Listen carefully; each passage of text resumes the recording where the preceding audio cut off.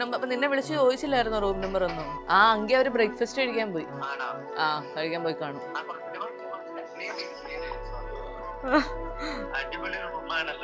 ഇന്നല്ലേ പടമൊക്കെ ഉണ്ട് റിലാക്സ്ഡ് ആവാനായിട്ട്.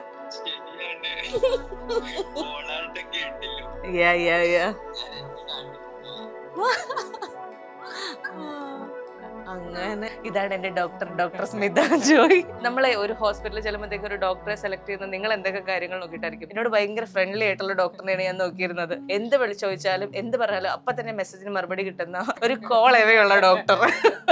Thank you so much doctor.